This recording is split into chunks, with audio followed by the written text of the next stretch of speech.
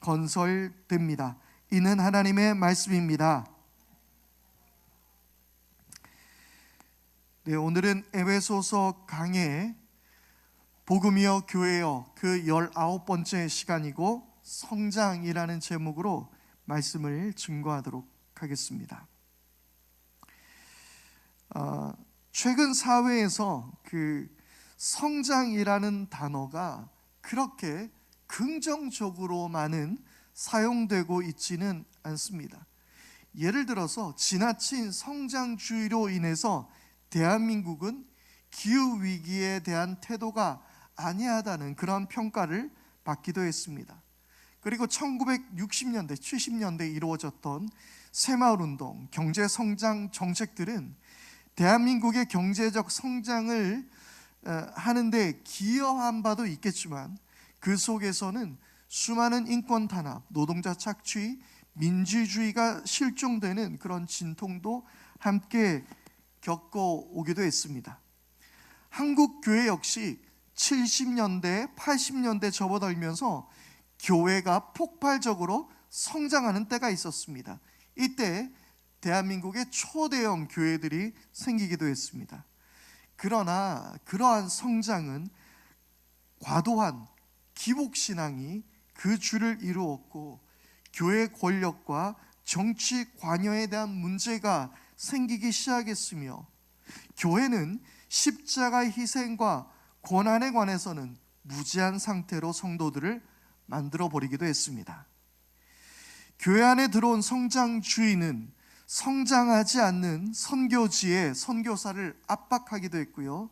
교회 재정은 반드시 성장이라는 결과로 이어져야 한다라고 여겼으며 교회 건물의 크기와 교인 수가 목회자의 목회 성공을 측정하는 지표가 되기도 했습니다.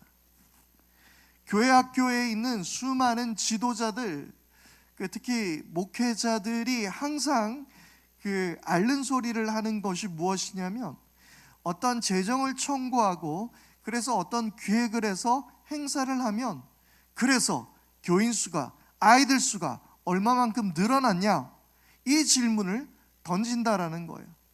예배를 이렇게 바꾸고 저런 식으로 좀 개혁을 하고 움직이면 항상 교회의 질문은 그래서 아이들이 몇 명 전도되었느냐, 지금 몇 명이 출석하느냐, 항상 이 문제로 귀결되더라는 거예요.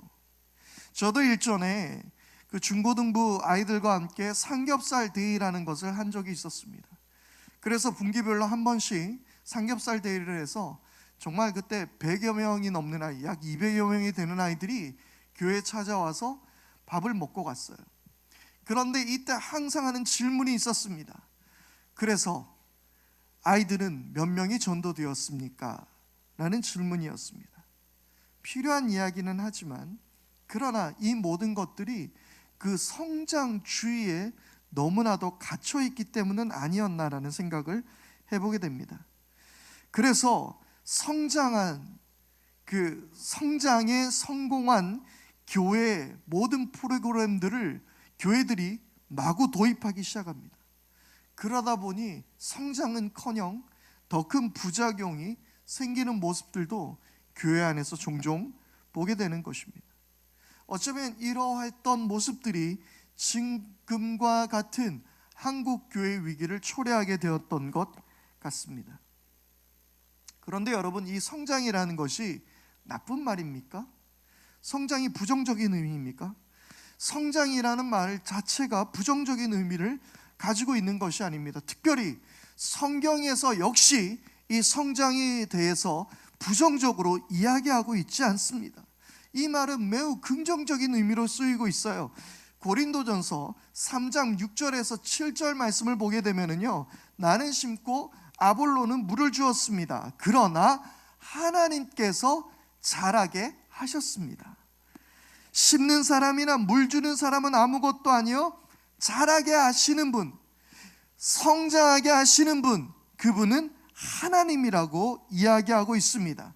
성장의 주체, 그분이 하나님이라는 것입니다.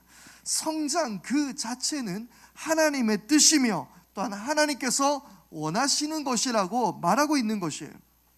사도행전에서도 보여주는 교회 모습은 어떠한 교회였습니까? 성장하는 교회였어요. 사도행전 2장 46절 47절의 말씀은 우리가 잘 아는 말씀입니다. 날마다 한 마음으로 성전에 열심히 모이고 집집이 돌아가면서 빵을 떼며 순전한 마음으로 기쁘게 음식을 먹고 하나님을 찬양하였다. 그래서 그들은 모든 사람들에게서 호감을 샀다. 주님께서는 구원받는 사람을 날마다 더하여 주셨다. 그렇습니다. 하나님께서 더하여 주셨다는 것. 하나님께서 교회 성장의 그 주체가 되어주시고 하나님께서 그 교회들을 성장케 하셨던 거예요. 사도행전 9장에서도 동일한 이야기가 나옵니다. 교회는 유대와 갈릴리와 사마리아 온 지역에 걸쳐서 평화를 누리면서 튼튼히 서갔고 주님을 두려워하는 마음과 성령의 위로로 정진해서 그 수가 점점 늘어갔다. 이것이 사도행전에서 등장하는 교회의 전형적인 모습이라는 거예요. 교회는 성장하는 교회였습니다. 멈춘 교회가 아니었습니다. 구원받는 자가 늘어났고 모이는 사람의 수가 늘어났으며 큰 무리들이 주를 따랐다. 그렇게 사도행전은 기록하고 있습니다. 그러면 우리는 이쯤에서 생각해야 되는 지점이 있죠. 초대교회의 성장과 현대교회가 지향하는 교회 성장과는 어떤 차이가 있는 것일까요? 왜 성경에서 등장한 초대교회의 이 성장, 이 모습은 긍정하고 그리고 지금의 교회의 성장은 여러 모습 속에서 부작용을 낳게 했을까요?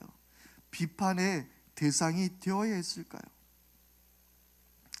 우리는 지난주 서로 달라야 하나가 될 수 있다라는 말씀으로 서로의 다름으로 디아코니아적 봉사의 삶을 실천하고 하나님 나라와 교회를 세워갈 수 있음에 대해서 우리가 함께 나누었습니다. 특히 지난주에 봤던 말씀에서 등장한 성도들의 은사들, 그 직분들은 하나같이 다 어떤 은사였나요? 사도도 있었고요, 목사도 있었고요, 여러 가지 직분들이 있었죠. 어떻습니까? 다 어떤 직분들이었습니까? 다 가르치는 은사들이라는 거예요. 사도, 예언자, 복음 전도자, 목사와 교사 모두 가르치는 일입니다. 하지만 그 종류는 다르다라는 것을 이야기하고 있어요. 이것들을 통해서, 이 은사들, 이 직분들을 통해서 우리에게 하고 있는 이야기는 무엇일까요? 첫 번째, 이것은, 이 직분은, 이 은사는 내 개인의 성장만을 목표로 하지 않고 함께 자라가는 것을 말하고 있습니다. 지난주에도 말씀드린 바와 같이 신앙생활이라는 것은 늘 타인을 향해 있다라는 것입니다. 나만 예수 믿고 나만 거룩한 삶을 살아가는 것, 이것을 교회 안에서 말하지 않습니다. 교회 안에서는 교회를 위해, 교인들을 위해 지금 나는 어떠한 성도인가? 그런 질문을 우리 스스로가 던질 수 있어야 합니다. 여러분들은 교회를 위해서, 그리고 나와 함께하고 예배하고 있는 이 성도들을 위해서 여러분들은 어떠한 사람입니까? 어떠한 역할을 담당하고 있습니까? 최근 가나안 성도라는 것이 생겨났습니다. 뭔지 아시죠? 안나가 성도, 교회 다니지 않는 성도들, 무교회주의 그리스도인들이 많이 등장하고 있습니다. 예수는 좋지만 교회가 싫다라고 이야기하는 거예요. 그런 그리스도인들이 있다라는 것입니다. 그러나 우리가 기억해야 한다면 교회는 내 만족을 위해서 존재하는 것이 아니라 서로를 위해서, 무엇보다 하나님 나라를 위해서 존재한다라는 사실을 우리들이 깨달을 수 있게 되기를 바랍니다. 여러분들이 지금 교회를 세우고 있는 이유는 지금 바로 함께 예배하는 여러분들 옆에 있는, 그리고 영상을 함께 예배하는 우리 모두를 함께 세워가기 위해서 이 교회를 함께 세워가고 있는 줄 믿습니다. 그렇습니다. 나는 이 교회는 나를 위해서가 아닌, 나를 만족시키기 위해서가 아닌 서로를 위해서, 하나님 나라를 위해서 세워가야 하는 거예요. 둘째로, 교회 직분자들은, 이 은사자들은 성도들을 잘 가르치고 양육하는 멘토의 역할을 감당하며 교회와 성도들을 위한 봉사의 역할을 잘 감당해야 한다라는 사실입니다. 직분과 은사는 자신의 위치와 계급 또는 명예가 아닙니다. 직분이 명예가 아니에요. 그것은 자신이 속한 교회를 잘 섬기기 위한 것입니다. 직분은 자신의 신앙을 증명하는 도구가 아니에요. 장로님이세요? 권사님이세요? 집사님이세요? 믿음이 대단하시겠네. 아니요. 자신의 신앙을 증명하는 도구가 아닙니다. 계급도 아닙니다. 교회를 위한 봉사와 섬김을 어떻게 해야 하는지 그 모습을 나를 통해서 보여주는 것, 바로 그것입니다. 그래서 직분을 받는 사람은, 은사를 받은 사람은 다른 성도에게 교회 생활과 신앙생활은 바로 저처럼 하는 것입니다, 나처럼 하면 됩니다, 그걸 보여주는 것이 장로이며 권사이며 집사라는 거예요. 왜 목사는 빼냐? 이런 표정이신데, 그건 다 아니까. 그런 각자의 모델을 우리가 보여줄 수 있어야 합니다. 그래서 각자의 받은 은사대로, 직분대로 교회를 섬기게 될 때 그리스도의 몸된 교회를 온전히 세우게 되는 것입니다. 셋째로, 이 직분과 은사는 높낮이가 있는 것이 아닙니다. 직분과 은사를 주신 분은 하나님이십니다. 7절 말씀에 보면 각 사람에게 선물의 분량대로 은혜를 주셨다, 은사를 주셨다라고 말하고 있습니다. 각 사람에게 알맞은 은사를 주셨단 말입니다. 그래서 교회를 오래 다녔다고 모두가 장로와 권사가 되는 것도 아닙니다. 그리고 그것을 우리는 섭섭하게 생각할 필요도 없습니다. 목사라는 직분을 대단한 사람이 맡는 것 또한 아닙니다.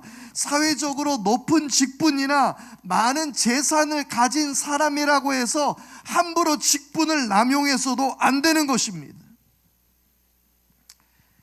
비신자분들이 오랫동안 교회를 다니는 사람을 오랜만에 만났을 때 늘 하는 이야기가 있습니다. 뭐라고 그럽니까? 야, 너는 청년 때부터 교회를 다녔으니까 지금은 목사쯤 됐겠다, 그렇게 이야기하는. 그러면 이렇게 설명하죠. 목사는 그런 게 아니라 그 신학교에 들어와서 그러면 너 장로는 됐겠구나. 야, 그 정도 됐으면 장로는 돼야지. 이게 무슨 말입니까? 기본적으로 직분이 사회 계급처럼 직급이 정해져 있는, 올라가는 것처럼 이해하고 있기 때문입니다. 그러나 교회의 직분은 결코 그런 것이 아닙니다. 하나님께서 주시는 것이며, 또한 우리는 겸손함으로 하나님께서 주신 직분과 은사에 따라 우리는 그저 교회를 섬겨야 할 뿐입니다. 안타까운 사실은 성경의 그 은사와 직분에 대한 그런 성경적 가르침이 분명히 있음에도 불구하고 많은 교회에서는 세속적 원리에 따라 직분자를 세우고 교회를 운영하는 것이라는 것이죠. 안타까운 일이죠. 그러나 이런 은사와 직분들이 온전히 사용되게 되었을 때에 어떤 결과가 따릅니까? 13절의 말씀입니다. 그리하여 우리 모두가 하나님의 아들을 믿는 일과 아는 일에 하나가 된다라고 이야기하고 있습니다. 앞선 은사와 직분자들로 인해서 교회는 예수를 믿는 일과 예수를 아는 일에 하나가 된다라고 말하고 있어요. 여러분, 여기에서 주의해서 들으셔야 합니다. 예수를 잘 아는 일과 믿는 일이 동의어가 될 수는 없습니다. 예수를 믿는 일과 아는 일은 동의어가 됩니다. 다시 한번, 예수님을 아는 일이 예수님을 믿는 일이 된다라고 말할 수는 없습니다. 하지만 예수를 믿는 일이 예수를 아는 일이라고는 말할 수 있다는 거예요. 여러분, 예수를 안다고 해서 모두가 예수를 믿지는 않죠. 성경을 아무리 많이 읽고 예수를 깊이 공부해도 예수를 믿는다라고 말할 수는 없습니다. 세상에 그런 사람들이 참 많이 있죠. 성경은 많이 연구하고 있지만 정작 예수를 믿고 있지 않은 사람들도 많이 있습니다. 그러나 예수를 깊이 믿는 것과 성경을 깊이 아는 일은 같아야 합니다. 아멘. 예수를 깊이 믿는 것과 성경을 깊이 아는 것은 동의어가 되어야 된다는 거예요. 여러분들의 믿음의 상태는 어떠합니까? 여러분들의 믿음이 신실하다라고 이야기할 수 있습니까? 여러분들의 믿음이 깊다라고 말할 수 있습니까? 그것은 여러분이 하나님의 말씀을 얼마만큼 알고 있느냐와 같아야 한다는 말입니다. 믿는 일과 아는 일에 하나가 되어야 합니다. 여러분, 말씀을 사랑할 수 있게 되기를 바랍니다. 그리고 가능하다면 언제든 성경 공부를 하기 위해서 목회자를 활용할 수도 있어야 돼요. 아니, 영어 수학 과외는 많이 하는데 왜 성경 과외는 안 하는지 모르겠어요. 그리고 저희 교회는 새벽에는 주님은 나의 최고봉을 통해서 말씀을 계속 나누고 있고요. 수요일도 지금은 사순절 묵상을 하고 있지만 성경에 대해서 우리가 깊이 연구하는 그런 시간입니다. 그리고 주일 예배도 마찬가지죠. 웬만하면 제가 제목 설교를 하지 않으려고 해요. 가능하다면 성경을 한 구절 한 구절 뜯어가면서 이렇게 함께 나누고 싶은 거예요. 예수를 아는 일과 예수를 믿는 것, 이것은 다른 것이 아닙니다. 또한 제자 훈련에 적극적으로 참여하십시오. 좀 하세요. 아무도 안 해요. 왜 이렇게 안 하는지 모르겠어요.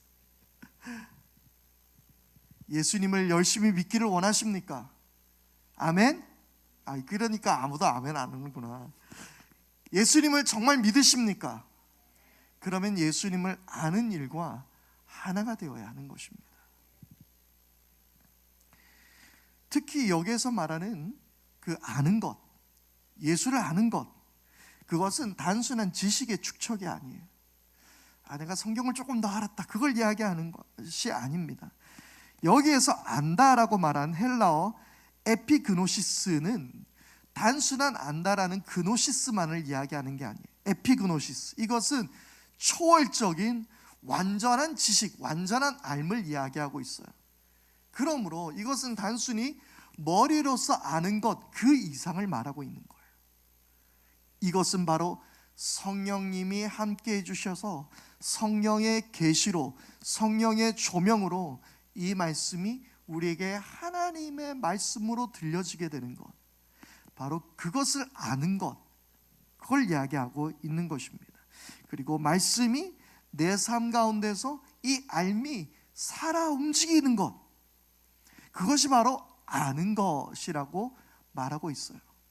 그러므로 믿는 것과 아는 것, 여러분, 이것을 하나 되기 위하여 깊이 하나님의 말씀을 사랑하며 주의 말씀을 쫓아 따라갈 수 있는 여러분들이 다 될 수 있게 되기를 바랍니다. 교회가 이러한 직분자에 따라서 서로 가르치고 서로 섬기며 봉사하게 될 때에, 그리고 서로 함께 아름답게 예수를 믿는 것과 아는 것에 하나가 되어 그렇게 교회를 세워가게 될 때에, 그때야 비로소 교회는 성장이라는 단어를 쓸 수 있는 것입니다. 그 성장은 어떻습니까? 바로 그리스도에게까지, 그리스도의 충만하심까지 다다르는 성장입니다. 결국 그리스도처럼 살아가는 거예요. 그리스도인이 무슨 말입니까? 그리스도를 닮은 사람들이라는 말이에요. 그리스도인, 한국인, 미국인, 무슨 말이에요? 그 나라에 속한 사람들, 그 나라의 법을 따르는 사람들, 그 나라에 세금도 내고 그 나라에서 복지 혜택도 받으며 그 나라의 법과 질서를 따르는 사람들, 그 사람들을 한국인, 미국인, 일본인, 중국인 그렇게 말하지 않습니다. 우리는 그리스도인인 줄 믿습니다. 그러므로 우리는 메시아 족속이에요. 그러므로 우리는 그리스도를 닮은 사람들이어야 한다는 것입니다. 그것이 크리스천, 그것이 그리스도인입니다. 그런데 안타까운 이야기는 세상 사람들이 뭐라고 이야기합니까? 요즘 크리스천들 말이야, 진짜 꼴보기 싫어. 사회의 암적인 존재야. 말이 안 맞는 거예요.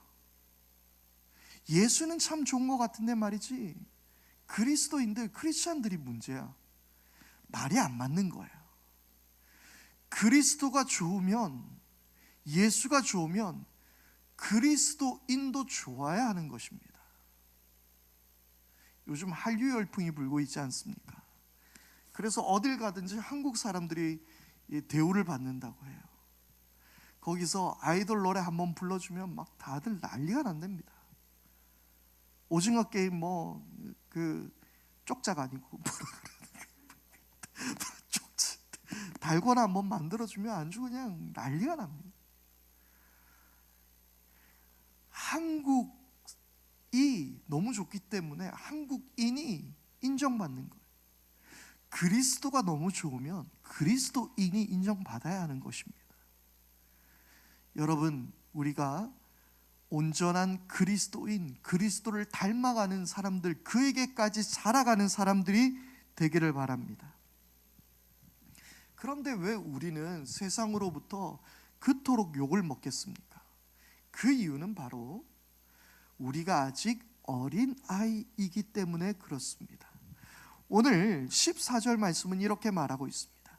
우리는 이 이상 더 어린아이로 있어서는 안 됩니다. 우리는 인간의 속임수나 강교한 실수에 빠져서 온갖 교훈의 풍조에 흔들리거나 이리저리 밀려다니지 말아야 합니다. 어린아이와 같이 않아야 한다라고 이야기하는 거예요. 여러분, 우리 모두는요, 그리스도인이 되기로 결단했을 때에 그 사람들의 나이가 얼마나 되느냐에 떠나서, 그 사람들이 얼마나 많은 지식, 사회적으로 얼마나 큰 위치에 있느냐, 그것을 떠나서 그리스도인이 되기로 한 그때부터는 어린아이가 되는 거예요. 어린아이와 같은 존재가 되는 거예요. 매우 재밌는 것이죠. 그래서 이 거듭난다, 다시 태어난다라고 그러지 않습니까? 그리스도인이 되는 순간 우리는 다시 태어나는 거예요. 거듭나는 거예요. 그러니까 거기서부터, 어린아이에서부터 시작하는 거예요. 그런데 아기가 태어났어요. 아기가 태어나자마자 아빠 엄마처럼 살 수 있어요? 아빠 엄마처럼 말할 수 있어요? 그럴 수는 없습니다. 그래서 우리는 어린아이이지만 우리의 신앙생활은 계속해서 자라야 하는 것입니다. 그리스도의 사랑에 뿌리 박아서 사랑의 양분을 잘 먹으며 믿는 일과 아는 일에 하나가 됨을 힘쓰며 살아가게 될 때에 우리는 어린아이, 흔들리기 쉽고 속기 쉽고 넘어가기 쉬운 이 어린아이에서부터 벗어나서 그리스도에게까지 자랄 수 있는 것입니다. 여러분, 혹시 TV에서 금쪽 같은 내 새끼 한 번씩 보십니까? 저는 잘 안 봤는데 요즘 하도 소문이 있어가지고 한번 봤어요. 우와, 최고의 그 아이가 등장했습니다. 최고의 금쪽이가 등장해서 최강 금쪽이가 등장이 됐었는데, 엄마도 제어가 안 돼요. 어른들도 제어가 안 돼요. 막 엄마한테 발길질하고, 와, 우리 다윤이가 이걸 보고 따라할까 나 걱정이 될 정도로, 물론 애가 다 컸지만 그 정도로 얘가 진짜 막무가내인 거예요. 그런데 한편 우리가 그 영상을 보면서 어떤 생각을 합니까? 그래, 어린아이라서 그런 거지. 그럴 수 있지. 그래서 어떤 시도를 하죠? 아이를 교육하고 여러 방법으로 양육하려고 합니다. 때를 썼을 때에 손을 잡고 엄마를 바라보면서 서로 그러한 시간을 참아내면서 아이를 양육합니다. 그런데 어른이 돼서도 금쪽이 같은 행동을 하면 어떻게 돼야 돼요? 병원 가야 되죠. 그건 가르쳐서 될 문제가 아니라 병원을 가야 될 문제예요. 여러분, 혹시 우리의 신앙은 여전히 금쪽이 상태가 아닙니까? 여전히 어린아이 상태가 아닙니까? 그래서 성경은 바로 성장을 말하고 있는 거예요. 성장을 긍정하고 있는 거예요. 우리는 계속해서 성장해야 합니다. 예수를 더 알아가고 더 닮아가야 합니다. 그래서 우리의 성장은요, 삼각불과 같아요. 무슨 말이냐면 각자의 삶의 자리에서, 각자의 은사와 직분 안에서, 각자의 달란트 속에서 우리는 다 같이 하나로 자라가는 거예요. 어디에게까지? 그리스도에게까지. 그 한 목표를 인해서 우리는 각자의 삶에서 열심히 자라가는 거예요. 직분과 은사는 결국 하나로 집중됩니다. 예수 그리스도. 그래서 교회를 통해서, 우리의 모든 사역을 통해서, 우리의 모든 삶을 통해서 예수가 드러나야 한다는 것입니다. 이것이 바로 성장입니다. 이것이 바로 교회가 지향해야 하는 성장입니다. 삼각불의 꼭지점을 우리는 향해서 가야 합니다. 그런 교회는 반드시 성장합니다. 그리고 건강하게 성장할 수 있습니다. 그것이 수적이든 아니 영적이든 어떠한 성장, 그것이 사회에 어떤 끼치는 영향력이든 건강하게 성장할 수 있게 되는 줄 믿습니다. 예수에 닮은 사람들이, 그리스도와 같은 사람들이 모여서 함께 그분을 닮아가는 교회가 숫자가 늘어나게 될 때에 그 교회가 어찌 건강하지 않은 교회가 될 수 있겠습니까?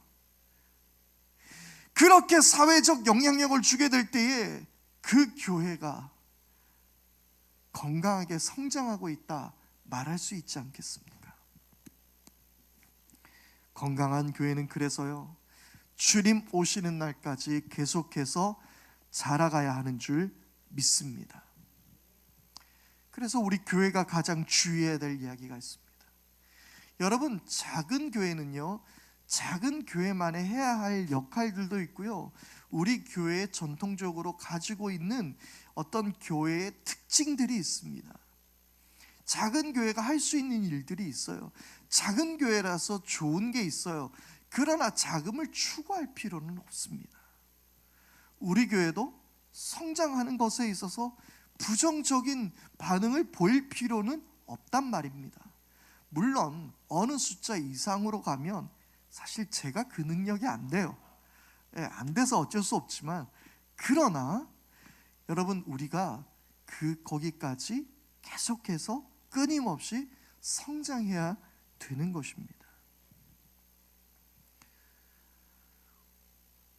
우리는 또한 교회가 고착화되고 매너리즘에 빠지는 것을 주의해야 합니다. 오늘도 예배 드리는 것, 오늘도 그냥 일주일에 한 번 교회 가는 것, 그것이 아니라 늘 가슴 벅찬 마음으로 가슴 뛰며 사모하며 그렇게 주일날 와서 새벽 그리고 모든 예배 가운데 그러한 마음으로 오늘도 나는 1mm라도 더 자라야지, 그 마음으로 함께 이 교회를 세워갈 수 있는 저와 여러분들 될 수 있게 되기를 바랍니다. 우리 교회가 10년이 되든 20년이 되든 매너리즘에 빠지지 맙시다. 끊임없이 자기 반성과 개혁을 통해서 점점 주님 보시기에 아름다운 모습으로 성장해 나갈 수 있게 되기를 바랍니다. 그리고 여러분 평생에 살면서 예수를 더 알아가고 예수를 알면 알수록 더 성장해가는 여러분들을 발견할 수 있게 되기를 바라요. 제가 늘 여러분들께 드리는 말씀이에요.